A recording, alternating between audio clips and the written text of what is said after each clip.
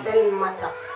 Je suis une jeune dame de 46 ans qui a vécu des tragédies que j'aimerais partager avec mes soeurs. Et les édifier.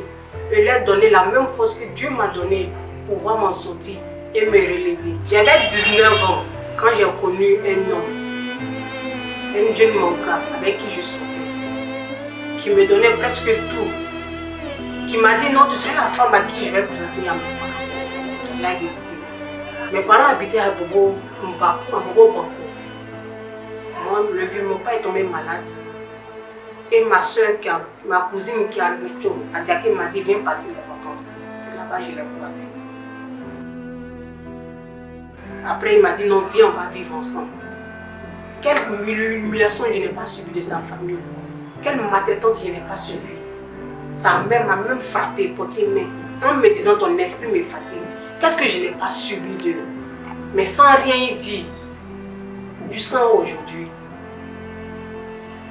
Il s'est marié. Pour mes enfants, j'ai décidé d'être deuxième femme. Je l'ai même supplié pour être deuxième femme. Ça n'a jamais été. Et jusqu'à présent, ça n'a jamais été. J'étais là, j'habitais à Boulay-Diallo. J'étais chez moi, j'étais là. Un jour, j'étais allé payer mes marchandises. Je vendais des chaussures et du lait pour pouvoir m'en sortir. Ce dernier m'aidait à payer ma maison. Mais pour payer la maison, il faut que lui et moi on aille ensemble. Quand je refuse, des menaces, des injures, des humiliations. Celui qui m'avait trouvé la maison, le gars de l'agence immobilière me descend.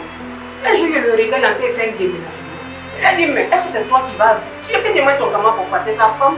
Il dit non, que le monsieur allait en voyage, il m'a laissé l'argent pour que je puisse aménager sa maison. Ok. Un jour, le gars vient me voir un vendredi. Il me dit donne-moi l'eau. Et quand il vient, il tape ma porte, il me dit donne-moi l'eau. C'est l'eau plate qui buvait, donc j'ai pris le gobelet. On était arrêté au balcon, mais les balcons sont communs, devant comme derrière. Donc, je tentais de causer avec une descente. À ma grande surprise, le monsieur sort de sa maison.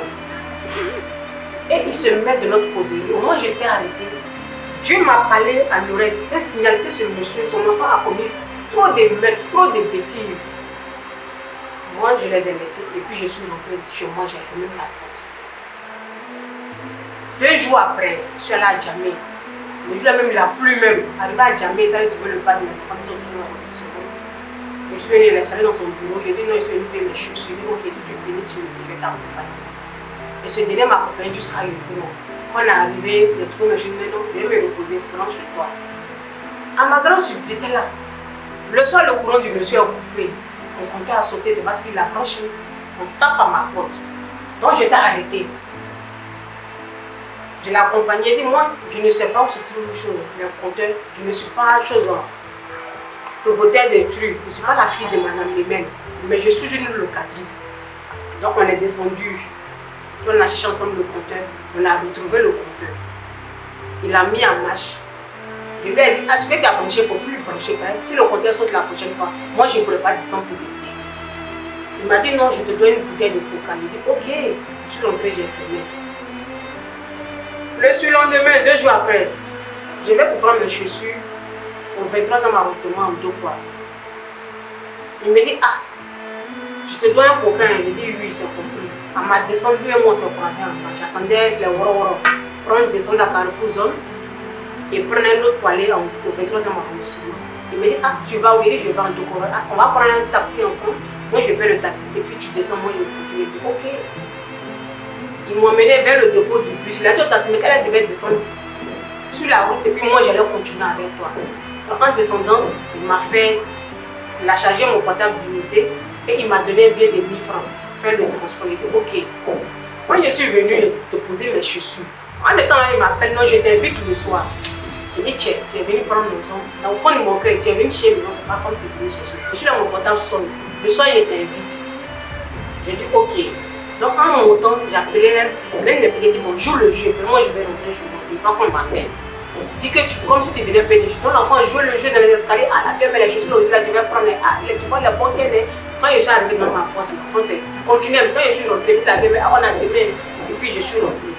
J'ai mis mon portable sur silence. J'ai dit bien sur silence.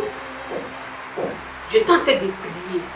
Mais le portable a sonné. Je me demandais comment ça se fait que le portable sonne. Mais j'ai mis le portable sur silence. influence. En prenant, il dit, Père, tu fais toujours des trucs qui mettent les gens dans les problèmes. Où je suis là, je ne veux pas quelqu'un. Quelqu'un qui a venu mettre sur mon dos qui serait un poids pour moi, que je vais me battre encore pour pouvoir faire sortir la personne de l'eau.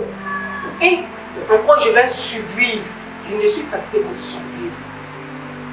J'ai répondu, je lui ai dit, tentez de prier. Quand j'aurai fini, je vais te faire signe. Dès que j'ai fini de prier, je lui ai fait signe. Nous sommes allés en Amérique, on a mangé, posé, il a raconté sa vie, qu'il a eu une licence, qu'il est douanier, qu'il est capitaine de la douane, ça rentre ici, ça sort ici, patati patata. J'ai raconté mon histoire, comment ça se fait que je me retrouve ici, rentrer, sortir ici. Et on est venu, on a commencé à cheminer ensemble. Il n'y avait rien entre nous, pas de rapport, rien.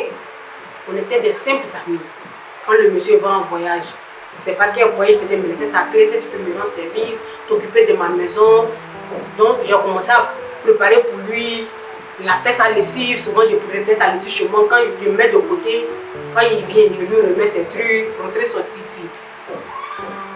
Mais il n'y avait rien entre nous. Je suis là. Je ne plais pas de mes enfants, des injures, des humiliations dans l'immeuble. Il vient, il avait la clé, je lui ai donné une clé de ma porte. Il vient fouiller dans ma maison, il est là, il rencontre du n'importe quoi.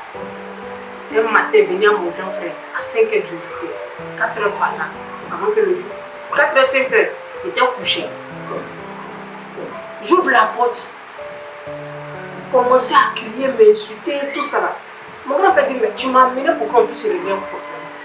Mais tu commences à acheter ma poussière devant moi. Qu'est-ce que tu veux que je fasse? Je n'ai rien dit, il est descendu, j'ai retrouvé dans sa voiture.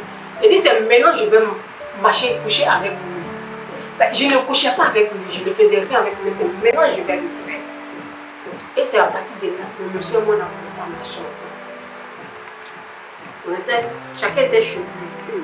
Après on a déménagé, on venait à la cité, à Doissy.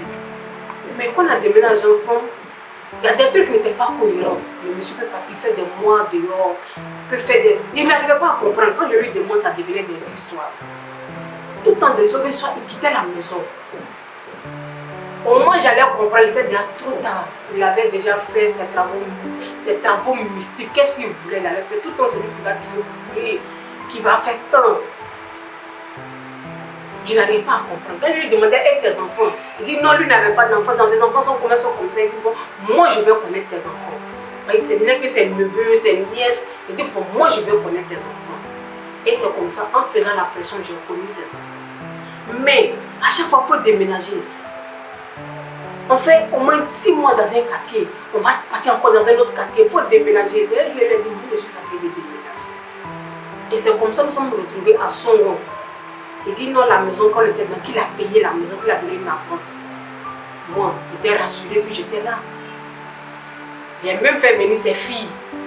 On était là. Il dit bon, paye-leur des machines. Mais dans le moment où on habitait à Mikao, sa soeur est venue me dire que mon frère, à chaque fois quand il y avait lui, c'est la police qui vient derrière lui. Moi, je n'ai pas compris ce que sa soeur voulait dire. Moi, je l'ai appelé, puisque c'était mon chéri, pour lui dire ah, voilà ce que ta soeur dit. Il a appelé sa soeur, commençait à m'insulter. Et dans ce moment, il m'a dit sa maman n'a qu'à venir à se faire soin. La vieille n'a pas voulu venir, mais elle a subi des abus de l'une de ses copines qui vivait. Je me suis déplacée chez la pauvre femme, je lui ai dit non, ça le même, je ne peux pas t'arriver. Et j'ai soigné la femme jusqu'à ce qu'elle parte. La femme m'a dit, je te dis merci, mais mon fils, il faut t'en méfier. Moi, je n'ai pas compris ce qu'elle voulait dire. C'est quand on arriva à Songon que ce dernier, on était là-bas. Avant qu'il ne tombe malade, c'est là que j'ai approuvé des bruits. Je n'arrivais pas à comprendre. À chaque fois quand je suis avec les enfants, quand ils viennent, il fait par là-bas à ses enfants. Là, je ne comprends pas la nini pour nous. Moi, je suis bêté nini. Maman bêté, papa nini. Je n'arrive pas à comprendre. Je prenais toujours le parti des enfants. Non, il ne faut pas faire ça, il ne faut pas faire ceci. Mais à chaque fois, la personne qui racontait, mes enfants ne sont pas bien, ma famille n'est pas bien, ils sont ici. Je n'arrivais pas à comprendre. Mais quand j'apprenais quelque chose, quand je lui demandais, ce dernier quittait tout dans la maison comme d'habitude. Comme d'habitude, je n'arrivais pas à comprendre.